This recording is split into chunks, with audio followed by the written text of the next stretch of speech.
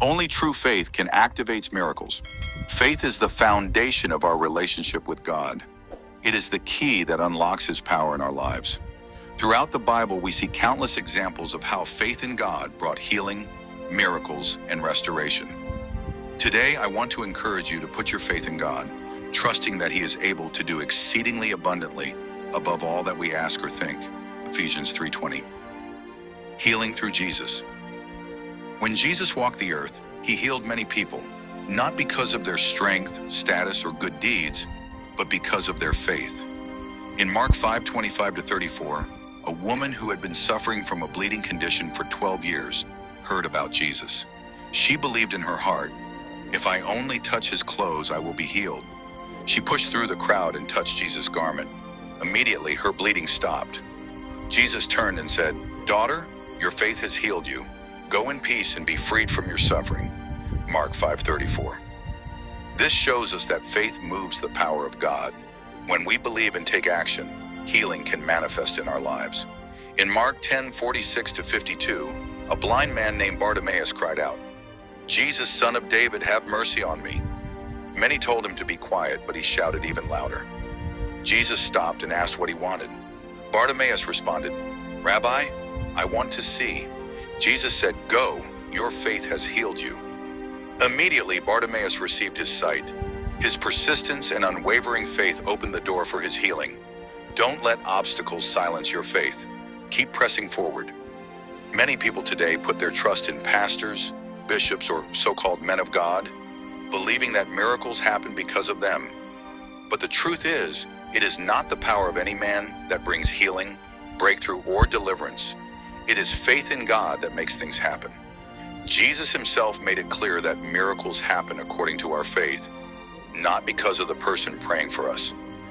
Let's look at the scriptures to understand this truth. The woman with the issue of blood was not prayed for by Jesus.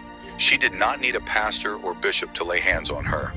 She believed in her heart, "If I can just touch His clothes, I will be healed."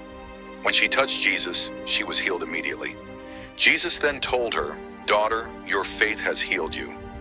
Listen, Jesus didn't say, "I have healed you." He said, "Your faith has healed you." It was not a pastor, not a prophet, not even Jesus' physical touch. It was her faith in God's power that worked the miracle.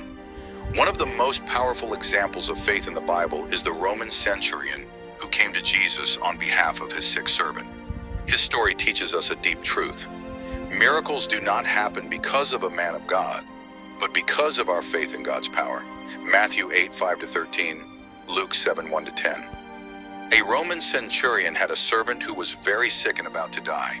The centurion heard about Jesus and believed that He had the power to heal. Unlike many others, he did not believe that Jesus needed to physically touch the servant for healing to take place. The centurion, despite being a high-ranking officer, humbled himself and asked Jesus for help. Matthew 8:6. "Lord, my servant lies at home paralyzed, suffering terribly." Jesus responded, "Shall I come and heal him?" Matthew 8:7. Most people would have been excited for Jesus to personally come to their house, but the centurion understood something deeper. Instead of asking Jesus to come, the centurion said, "Lord, I do not deserve to have you come under my roof, but just say the word, and my servant will be healed." Matthew 8:8. "For I myself am a man under authority, with soldiers under me. I tell this one, 'Go,' and he goes, and that one, 'Come,' and he comes." Matthew 8:9. He recognized that Jesus had authority over all. Just as a commander gives orders, Jesus could command healing from a distance. The Bible says Jesus was astonished and told the crowd, "Truly I tell you, I have not found anyone in Israel with such great faith." Matthew 8:10. This was a strong statement because the centurion was not even Jewish. He was a Roman soldier. Yet his faith was greater than that of many who had seen Jesus perform miracles. Jesus told him, "Go. Let it be done just as you believed it would." Matthew 8:13. At that very moment, the servant was healed. Jesus didn't touch the servant. He didn't even visit the house. The miracle happened purely by faith. Men of God are only servants. They can pray for you, but it is your faith that releases the power of God into your life. If you do not have faith, Even if the greatest prophet prays for you, nothing will happen. So stop chasing men of God. Instead of running after miracles, run after God. Matthew 6:33 says, "Seek first the kingdom of God and his righteousness, and all these things shall be added to you." Jeremiah 17:5. Cursed is the man who trusts in man and makes flesh his strength, whose heart departs from the Lord. Psalm 118 verse 8. It is better to trust in the Lord than to put confidence in man. Trust in God alone. Believe that only God can change your situation. Hebrews 11:6 says, "Without faith it is impossible to please God." Declare God's promises over your life. Speak what God says, not what your problems say. Mark 11:23 says, "If you say to this mountain, 'Be removed,' and do not doubt, it will happen." Pray with faith. James 5:15 says, "The prayer of faith will save the sick." It is faith-filled prayer, not the reputation of the person praying, that brings results.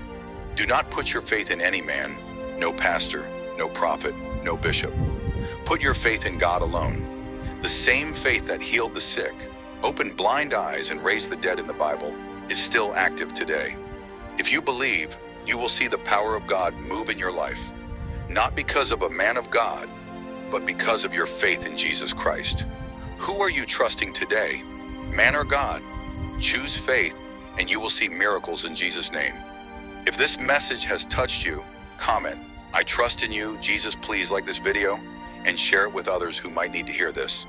Don't forget to subscribe for more teachings. God bless you.